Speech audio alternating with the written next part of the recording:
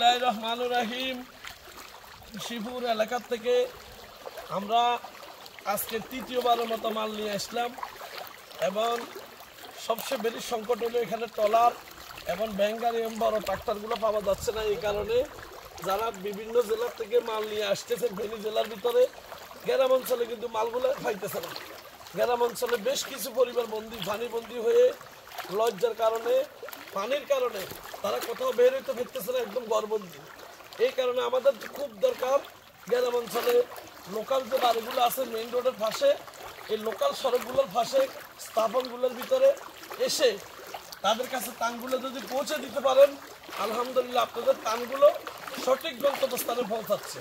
আপনারা বিভিন্ন জেলার থেকে অনেক কষ্ট করে মালগুলো কিন্তু নিয়ে আসতেছেন, কিন্তু গ্রামের লোকগুলো পাচ্ছে না পাওয়ার কারণে তারা কিন্তু কঠিন সংকটের ভিতরে আছে এবং আপনার মালটাও কিন্তু সঠিক জায়গায় পৌঁছতেছে না।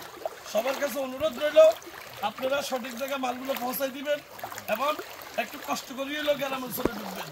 বিশেষ করে ৮ নং জয়লস্করী ইউনিয়নের কুশিপুর এলাকা, নিয়াজপুর এলাকা, ওমরপুর এলাকা, ৭ নম্বর ইউনিয়ন, উত্তর আলিপুর সব জায়গায় কিন্তু সংকটের ভিতরে মানুষ আছে।